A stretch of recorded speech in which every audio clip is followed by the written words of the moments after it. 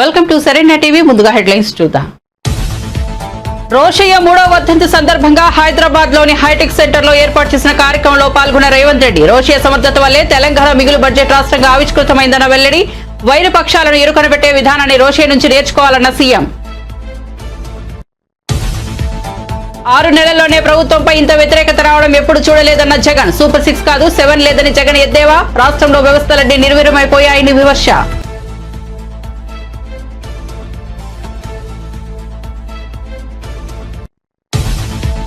నాలుగేళ్ల తర్వాత తెలంగాణ తల్లి సరైన స్థానంలో ఉంటుందన్న కేటీఆర్. రాజు విగ్రహం పెట్టిన చోటే తెలంగాణ తల్లి నిఠారుగా నిలబడుతుందని వ్యాఖ్య. కేసీఆర్ మీద కోపంతో తెలంగాణ తల్లి రూపాన్ని మారిస్తే చరిత్ర క్షమించదన్న కేటీఆర్. మహారాష్ట్ర సీఎంపై వీడిన suspense. BJP core committee meeting లో ఫడ్నవీస్ ఎన్నిక. ముంబైలోని ఆజాద్ మైదాన్ లో ప్రమాణ స్వీకారం అధికారికంగా ప్రకటించనున్న బీజేపీ.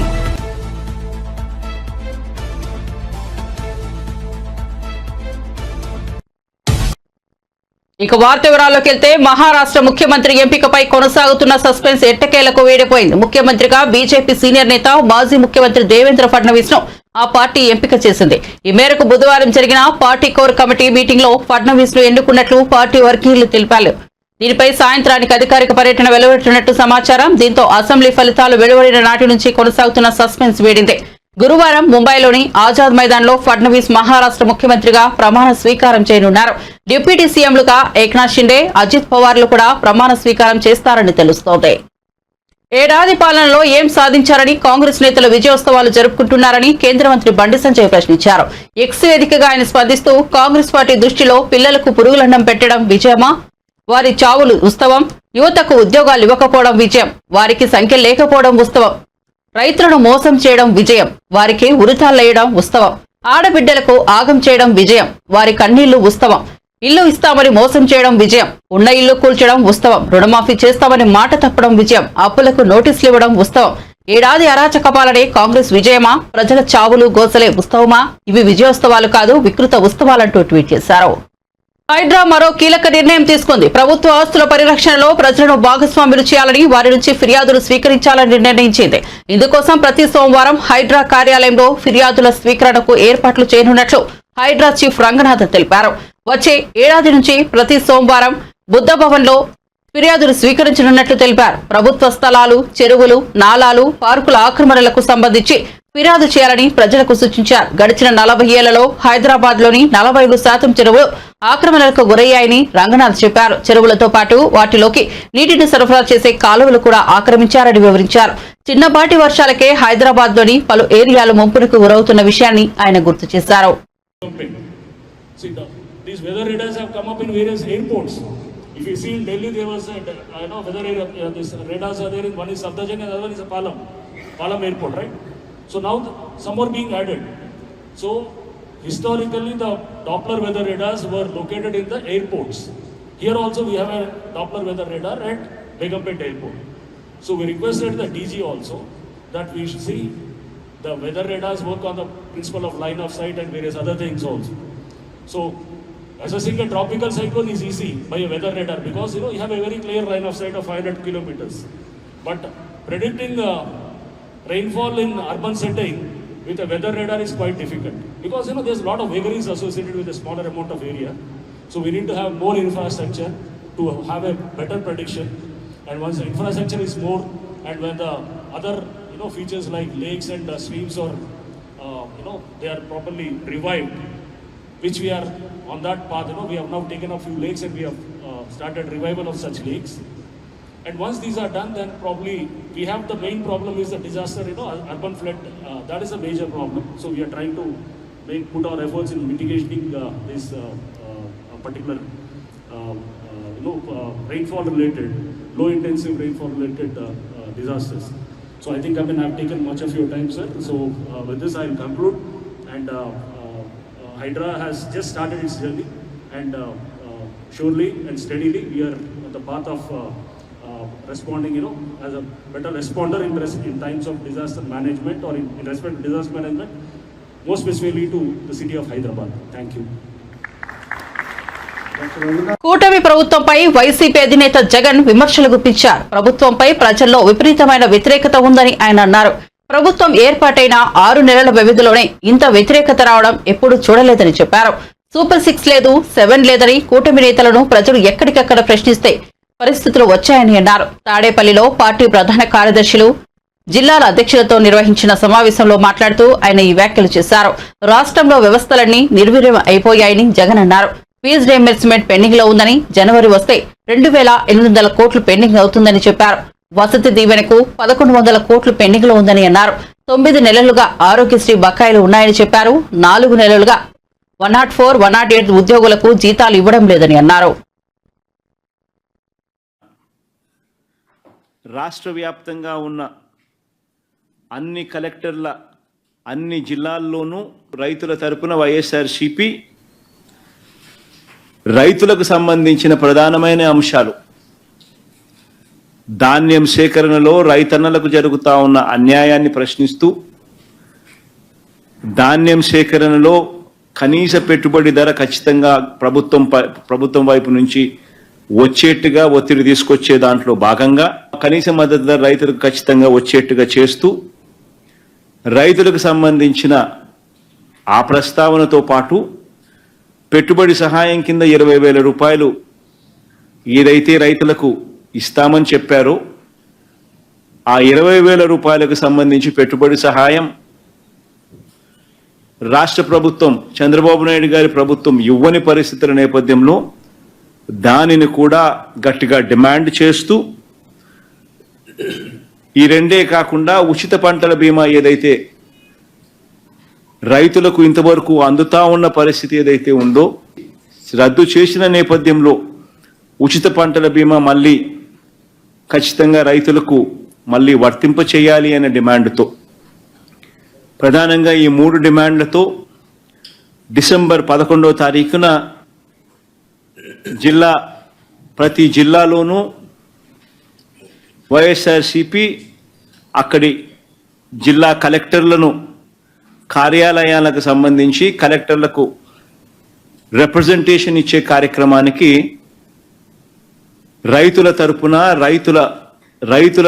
రైతులందరితో కలిసి ర్యాలీగా వెళ్ళి కలెక్టర్లకు రిప్రజెంటేషన్ ఇచ్చే కార్యక్రమం డిసెంబర్ 11వ తారీఖున వైఎస్ఆర్ కాంగ్రెస్ పార్టీ చేస్తుంది.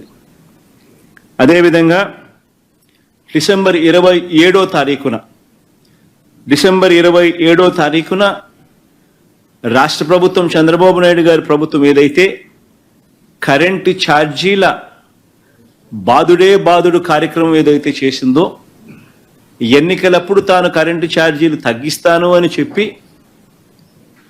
ప్రజలను మోసం చేస్తూ ఆయన చేసిన అనేక మోసాలలో సూపర్ 6లు, సూపర్ 7లు ఎలాగో గాలికి ఎగిరిపోయాయి. ఆ కార్యక్రమం అనేది గాలికి ఎగిరిపోయి ఈ బాదుడు కార్యక్రమం చంద్రబాబు నాయుడు గారు తీసుకొచ్చిన ఈ నేపథ్యంలో కరెంటు ఛార్జీలు తగ్గకపోగా కరెంటు ఛార్జీలు బాదుడు పేరుతో పెంచిన నేపథ్యంలో ప్రజల తరపున పెంచిన ఈ కరెంటు ఛార్జీలను తగ్గించమని చెప్పి, పెంచబోయే ఈ కరెంటు ఛార్జీలను జనవరి మాసంలో ఇంకా ఫర్దర్గా పెంచబోయే ఈ కరెంటు ఛార్జీలను ఇంకా ఫర్దర్గా తగ్గించమని చెబుతూ, రేవంత్ రెడ్డి నువ్వెన్ని కథలు పడ్డా 4 ఏళ్ల తర్వాత తెలంగాణ తల్లి సరైన స్థానంలో ఉంటుందని బీఆర్ఎస్ వర్కింగ్ ప్రెసిడెంట్ కేటీఆర్ అన్నారు. రాహుల్ గాంధీ తండ్రి రాజీవ్ గాంధీ విగ్రహాన్ని ఎక్కడైతే పెట్టారో అక్కడ తెలంగాణ తల్లి ఖచ్చితంగా నిఠారుగా నిలబడుతుందన్నారు. తెలంగాణ భవన్ లో ఏర్పాటు చేసిన మీడియా సమావేశంలో మాట్లాడుతూ మూర్తి భవించిన స్త్రీగా తెలంగాణ తల్లిని కేసీఆర్ రూపొందించారన్నారు. కానీ కేసీఆర్ మీద కోపంతో తెలంగాణ తల్లి రూపాన్ని మారిస్తే చరిత్ర క్షమించదని హెచ్చరించారు.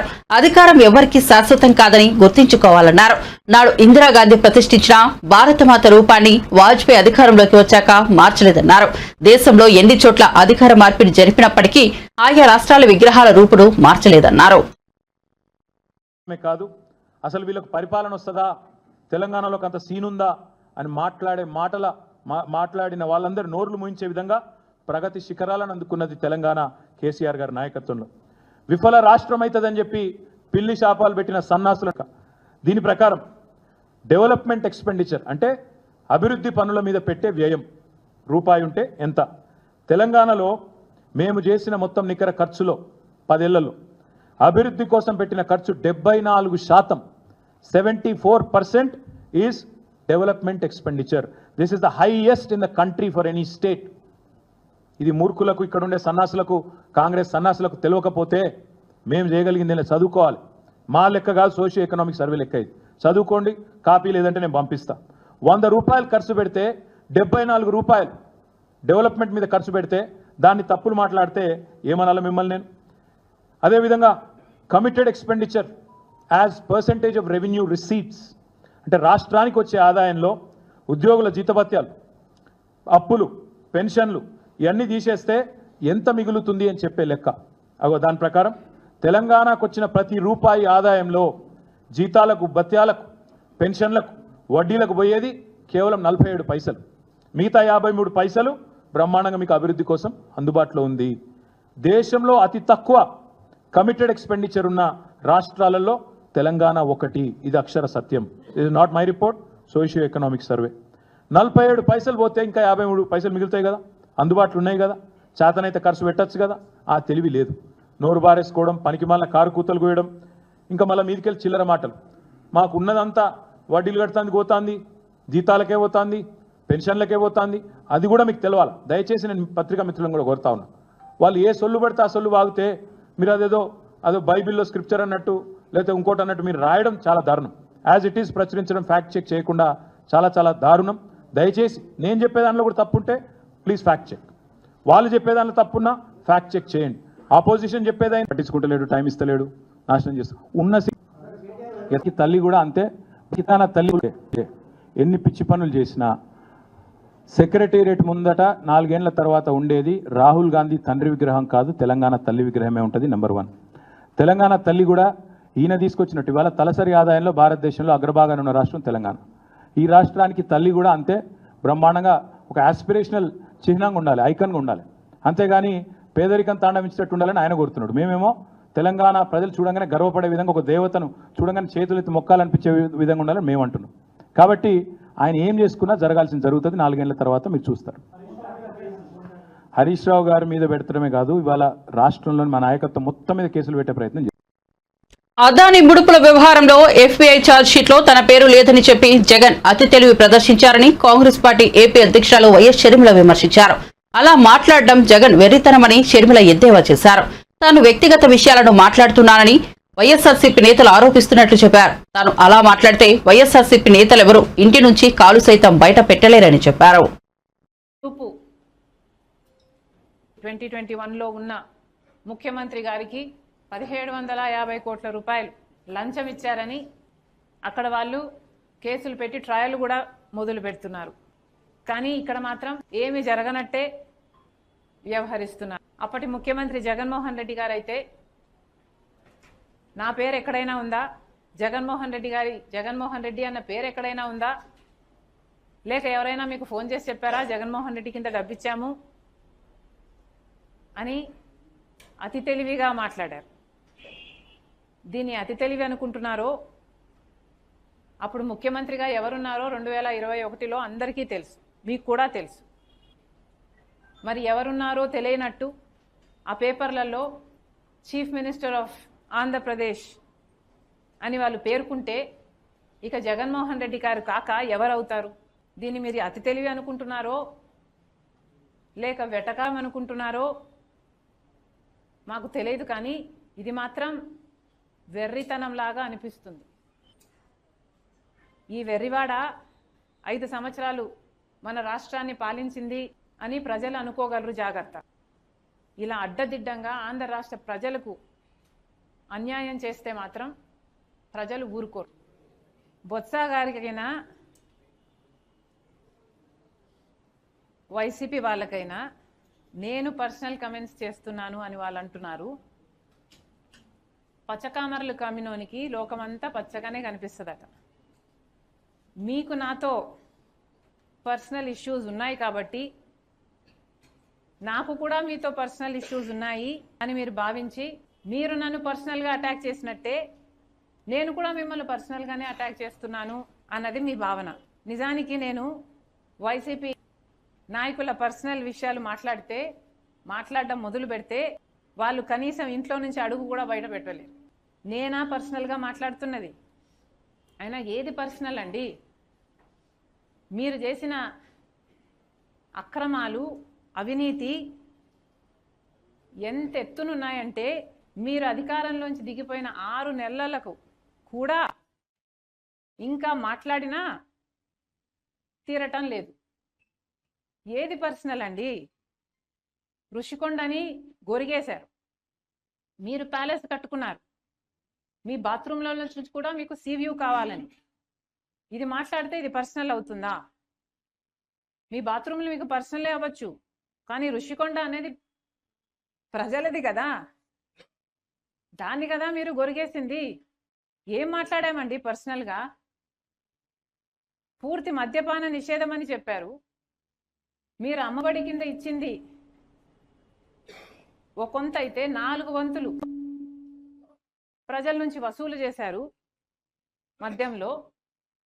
అది కూడా నాసిరకం మద్యం సప్లై చేసి వాళ్ళ ప్రాణాల మీదకి వచ్చేటట్టు చేశారు. అది పర్సనల్ అవుతుందా? అదానితో మీరు చేసుకున్న డీలు 1750 కోట్ల రూపాయలని నేనేదో కనుక్కోలేదండి, అమెరికాలో కనుక్కున్నారు. అది మేము ఎత్తి చూపితే అది పర్సనల్ అవుతుందా? గంగవరం పోర్టు రాజశేఖర రెడ్డి గారు 30 సంవత్సరాలలో పోర్టు మళ్ళీ ప్రభుత్వం చేతుల్లోకి రావాలి అని ఉద్దేశిస్తే మీరు మాత్రం అదానికి కేవలం 600 కోట్ల రూపాయలకు 9000 కోట్లు విలువ చేసే ప్రాజెక్టుని షేర్ని మీరు 600 రూపాయలకు కట్టబెట్టేశారు. 15 సంవత్సరాలు అయ్యేపోయింది. ఇంకో 15 సంవత్సరాలకు ఆ ప్రాజెక్టు, ఆ పోర్టు మళ్ళీ ప్రభుత్వం చేతిలోకి వచ్చేది. అది మేము మాట్లాడితే ఇది పర్సనల్ అవుతుందా?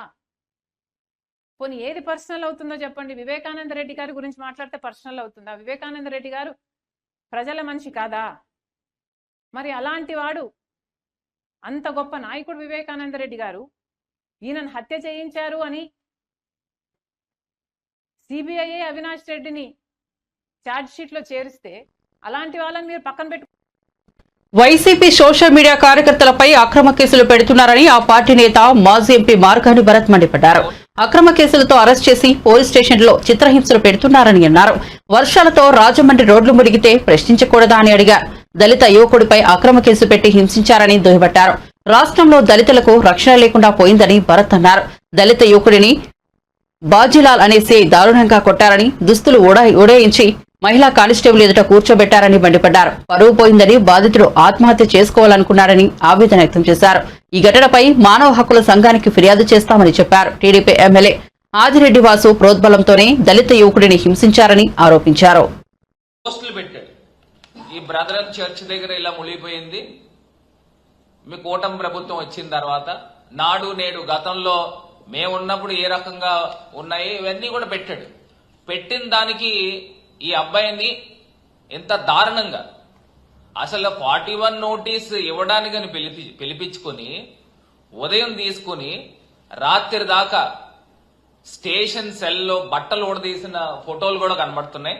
అవి కూడా మీకు చూపిస్తాను. అసలు ఫస్ట్ ఈ అబ్బాయి ఏం పోస్ట్ పెట్టాడో ఒకసారి వీడియో పెట్టండి.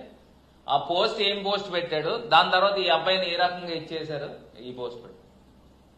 గతంలోని ఈ పార్టీ వర్షం పడితే ఊరంతా నీట మునిగి, కానీ రోజున నీరు అనేది నిలబడుతున్న ఒక హాఫ్ అన్ అవర్ లో నీరు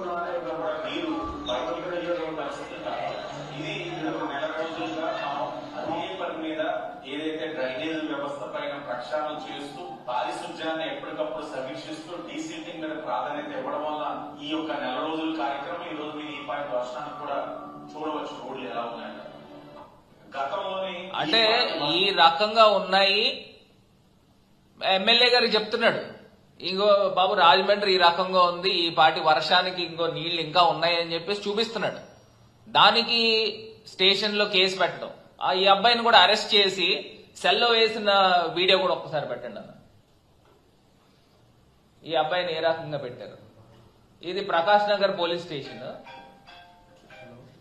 ఆ పోలీస్ స్టేషన్ లో ఆ పిల్లోడిని సాగర్, ఈ అబ్బాయిని దళితుడు, అందులోనూ బీఎస్సీ బీఈడీ చదువుకున్నాడు ఈ అబ్బాయి. ఈ అబ్బాయిని తీసుకెళ్లి ఇలాగా లోపల పెట్టిన సందర్భం, అదిగోండి షర్ట్ కూడా తీసి కూర్చోబెట్టి, ఆ పక్కనే మహిళా కానిస్టేబుల్ ఉన్నారు, అంటే లేడీ కానిస్టేబుల్ ఎదురుగుండా పెట్టిన సందర్భం. అసలు మనం ఆంధ్రప్రదేశ్ రాష్ట్రంలో ఉన్నామా, ఎక్కడున్నామని అడుగుతా ఉన్నా. దీన్ని ఇంత తేలిగ్గా వదిలే సమస్య కాదు. ఇది ఒకటే విషయం అని కాదండి, ఇది ఒక ఉదాహరణ. రాజమండ్రిలో పట్ట పగలన ఈ అబ్బాయి ఏం చేశాడనండి, ఏం పెద్ద తప్పు చేశాడని క్వశ్చన్ చేస్తే మా ఇంటి బయట మొత్తం అంతా కూడా చెరువులాగా నీళ్లు నిండిపోయి ఉన్నాయి వర్షానికని క్వశ్చన్ చేసి ఫేస్బుక్ లో పోస్ట్ పెడితే ఈ రకంగా అరెస్టులు చేస్తారా అని అడుగుతా ఉన్నా, బట్టలు కూడా తీసి కూర్చోబెడతారా అని అడుగుతా ఉన్నా. 4th టౌన్ పోలీస్ స్టేషన్ లో సిఐ బాజీలాల్ అని తెలుగు రాష్ట్రాల్లో భూ ప్రకంపనలు అలజడి సృష్టించాయి. ములుగు జిల్లాలో ఏర్పడిన భూకంప తీవ్రతతో మేడారంలోని సమ్మక్క సారక్క గదుల వద్ద కూడా భూమి కంపించింది.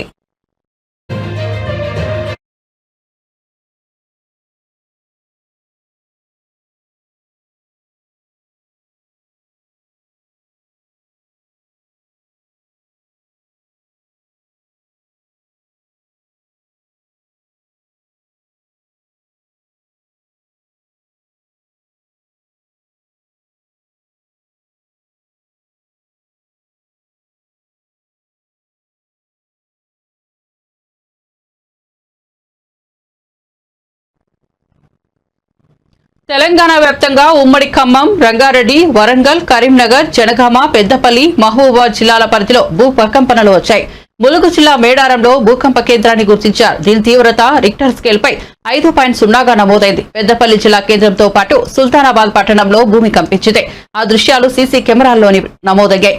మంత్రిలో ఉదయం 7:22 2-3 సెకండ్ల పాటు భూమి కంపించింది. దీంతో ప్రజలు భయాందోళనకు గురయ్యారు. ఇల్లు, అపార్ట్మెంట్ల నుంచి బయటకు పరుగులు తీశారు. పలు చోట్ల ఇళ్లలో వస్తువులు కింద పడ్డాయి. సీసీ రోడ్లకు పగుళ్లు ఏర్పడ్డాయి.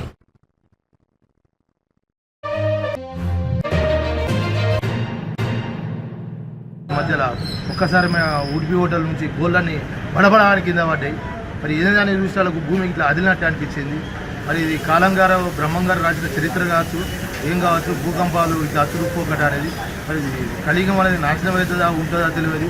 లేకుంటే పరిహార్యానం లేకుండా మరి ఏ విధంగా మరి ఇట్లా భూకంపం మొత్తం తిరిగిపోతుంది. ఇదివరకు ఎక్కడో జరిగిన అటప్పుడు ప్రత్యేకంగా మా కళ్ళ ముందే మా మంత్రి ప్రాంతాల్లో ఒక్కటేసారి మా బోళ్ళని కింద వాడు. ఇది ఘోరమైన పరిస్థితి. అస్నాపురం కాలనీలోని 7:24 సమయంలో భూమి మొత్తం కంపించినట్లు అనిపించి ఇంట్లో ఉన్నటువంటి వస్తువులు, సోఫాలు అన్నీ కూడా వైబ్రేషన్కు గురి కావడం జరిగింది. భూమి మొత్తం కూడా కంపించినట్లుగా అనిపించింది. ఈ కంపించినటువంటి ఈ సమయంలో ఇంట్లో ఉన్నటువంటి వ్యక్తులందరూ కూడా భయానికి గురై, భయభ్రాంతులకు గురై ఇంట్లో నుండి ఒక్కసారిగా బయటికి పరిగెత్తుకొని రావడం అనేటువంటిది జరిగింది. ఏందా అని గమనిస్తే బయటికి వచ్చినటువంటి తర్వాత కూడా ఇల్లు, ఇంటికి ఉన్నటువంటి గేటు ఇవన్నీ కూడా వైబ్రేషన్కు గురై ఒక రకమైనటువంటి శబ్దాన్ని ఉత్పత్తి చేస్తున్నాయి. ఏంటా అని తేతుకునే లోపే భూకంపం వచ్చినట్లుగా నిర్ధారించుకున్నాము. అదే సమయంలో మా చుట్టుపక్కల ఉన్నటువంటి ఇళ్లలో ఉన్నటువంటి వ్యక్తులందరూ కూడా, ప్రజలందరూ కూడా భయభ్రాంతులకు గురై ఒకటేసారి బయటికి వచ్చి రోడ్డు మీద. తిరుపతి జిల్లా శ్రీకాళహస్తి మండలంలో విస్తారంగా వర్షాలు కురుస్తున్నాయి. రామాపురం చెరువుకు పెద్ద ఎత్తున వరద నీరు చేరడంతో కట్ట తెగి నీరంతా పొలాల మీదుగా ప్రవహిస్తోంది. దీంతో దిగువ ప్రాంతాల్లోని వ్యవసాయ పొలాలు నీట మునిగాయి. సకాలంలో స్పందించిన అధికారులు తెగిన ప్రాంతంలో ఇసుక బస్తాలతో రింగ్ బండ్ ఏర్పాటు చేసేందుకు చర్యలు చేపట్టారు.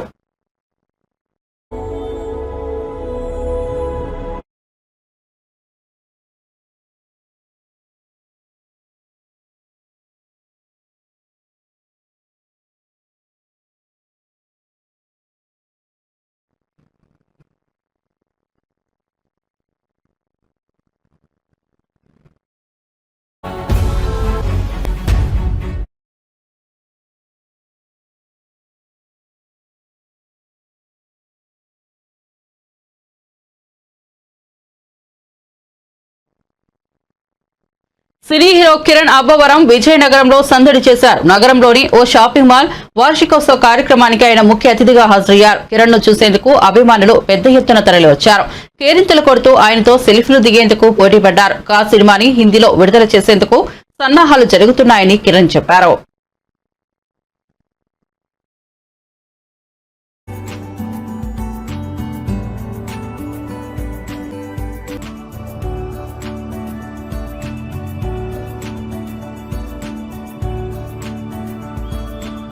ఇక్కడికి రావడం, నా సినిమాలన్నిటికీ విజయనగరం దగ్గర నుంచి ఎలాంటి రెస్పాన్స్ వస్తుంది, ఇక్కడికి రావడం, నా సినిమాలన్నిటికీ విజయనగరం దగ్గర నుంచి ఎలాంటి రెస్పాన్స్ వస్తుంది, నన్ను ఎంత ఆదరించారు అన్నది నేను ఎప్పుడు వింటూ ఉంటాను. ఇక్కడ ఉన్న నా వాళ్ళు కానీ వాళ్ళు చెప్తూనే ఉంటారు మొత్తం. Thank you for all the love and support. SR అనగానే నాకు నా పర్సనల్ లైఫ్లో చాలా very important emotion SR Kalyanamandapam అనే సినిమా. అదే ఇప్పుడు ఎస్ఆర్ షాపింగ్ మాల్ ఆ బ్రాండ్ కూడా చాలా ఇమ్మీడియట్ గా నాకు కొట్టేస్తుంది. ఎస్ఆర్ అనగానే ఉన్నాయి సార్, ఒక 3 ప్రాజెక్ట్స్ అవుతున్నాయి, ప్రీ ప్రొడక్షన్ అవుతున్నాయి, సూన్ అనౌన్స్ చేస్తాను sir. Pan India sir, pan India అవుతుంది సార్, అవుతుంది. అన్ని వేర్ లైక్ ముందు సినిమా కంప్లీట్ అయిన తర్వాత చూసుకొని ఎలా చేయాలి అనేది ప్లాన్ చేద్దాం సార్. అండ్ ముఖ్యంగా కా సినిమాని ఇంత బ్లాక్ బాస్టర్ సక్సెస్ ఇచ్చినందుకు నాకు థ్యాంక్ యూ ప్రతి ఒక్కరికి. Thank you so much. కార్టూ కొంచెం అంత స్క్రిప్ట్ అంతా వర్క్ అయిన తర్వాత వస్తుంది సార్. కా అన్నది మనం మలయాళంలో రిలీజ్ చేసాము, నాకు ఇప్పుడు హిందీలో కూడా రిలీజ్ అవుతుంది, ప్లానింగ్ అవుతుంది సార్. రాబోయే సినిమాలు కూడా కథను బట్టి ఆ కథ ఎలా అన్ని లాంగ్వేజ్లో చేయాలా, లేదు మన ప్రాంతానికి మాత్రం చెందిన ఓన్లీ మన తెలుగులో చేద్దాం అన్నది అది కంటెంట్ని బట్టి డిసైడ్ చేద్దాం సార్.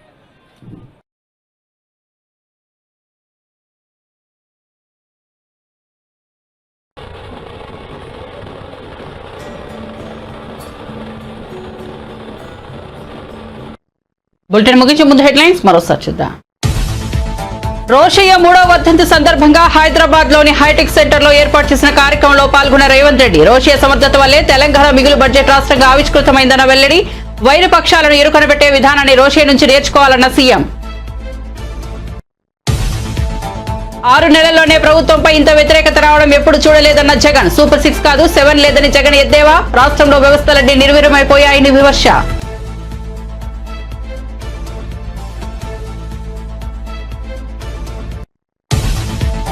నాలుగేళ్ల తర్వాత తెలంగాణ తల్లి సరైన స్థానంలో ఉంటుందన్న కేటీఆర్. రాజు విగ్రహం పెట్టిన చోటే తెలంగాణ తల్లి నిఠారుగా నిలబడుతుందని వ్యాఖ్య. కేసీఆర్ మీద కోపంతో తెలంగాణ తల్లి రూపాన్ని మారిస్తే చరిత్ర క్షమించదన్న కేటీఆర్. మహారాష్ట్ర సీఎంపై వీడిన suspense. BJP core committee meeting లో ఫడ్నవీస్ ఎన్నిక. ముంబైలోని ఆజాద్ మైదాన్ లో ప్రమాణ స్వీకారం అధికారికంగా ప్రకటించనున్న బీజేపీ.